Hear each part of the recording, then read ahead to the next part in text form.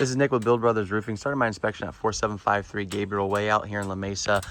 This is a clay tile roof. This is actually a two-piece clay tile roof, a very fragile product. We can see we have a ton of broken tiles on this roof. This is just one roof plane, so we have tiles that are broken over here, slip tiles over here. We got more broken tiles up here, more broken tiles down here. So this is going on throughout the entire structure.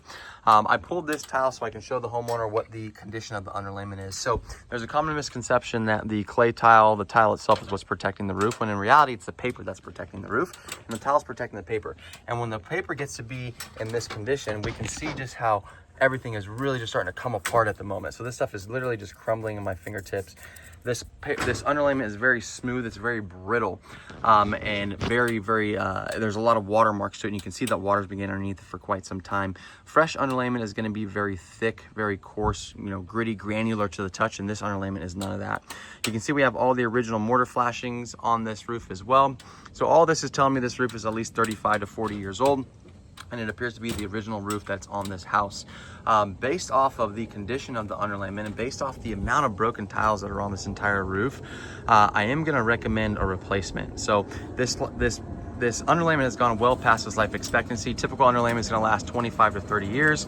This underlayment is gone past that, obviously.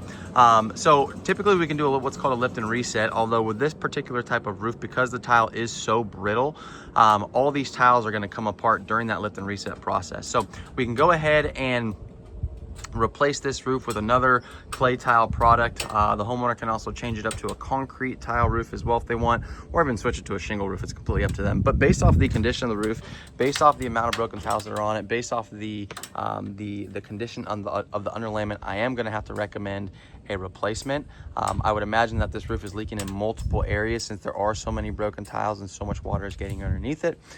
So at that point, it would be best to replace to save the headache of what happens whenever the rainy season comes and this roof starts to leak all over the place.